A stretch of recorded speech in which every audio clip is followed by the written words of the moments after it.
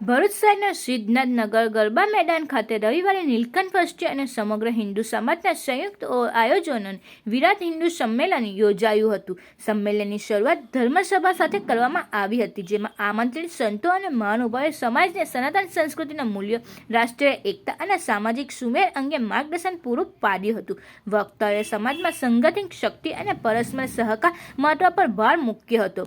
કાર્યક્રમના બીજા તબક્કામાં સાંસ્કૃતિક કાર્યક્રમો યોજાયા હતા. આ પ્રસ્તુતિઓમાં ભારતીય સંસ્કૃતિને ઉજાગર કરતા દેશભક્તિ ગીતો, નૃત્ય અને અન્ય પ્રવૃત્તિઓ સમાવેશ થયો હતો, જેને હાજર રહેલા શ્રોતાઓએ નવી ઉર્જા અને ઉત્સાહનો સંચાર કર્યો હતો.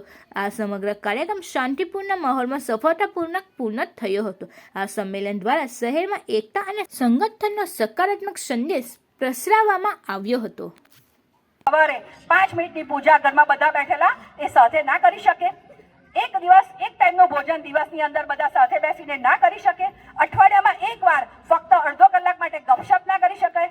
ગપશપની અંદર આપણે બીજી કોઈ ચર્ચા, પોલિટિકલ ચર્ચા કે કોઈ ચર્ચા નહીં કરવી. ખાલી ને ખાલી આપણા કુળની વાતો, કુળ પરંપરાની વાતો કરીએ, જેથી આપણી પેઢીની અંદર પણ એ સંસ્કાર જાગૃત થશે, નિર્માણ થશે. આવી જ રીતે નાગરિક કર્તવ્ય, ભારત દેશના નાગરિક છે, આપણને બંધારણે બધા બહુ હક આપ્યા, પણ સાથે સાથે આપણે આપણી ફરજો પણ નિભાવવી જોઈએ.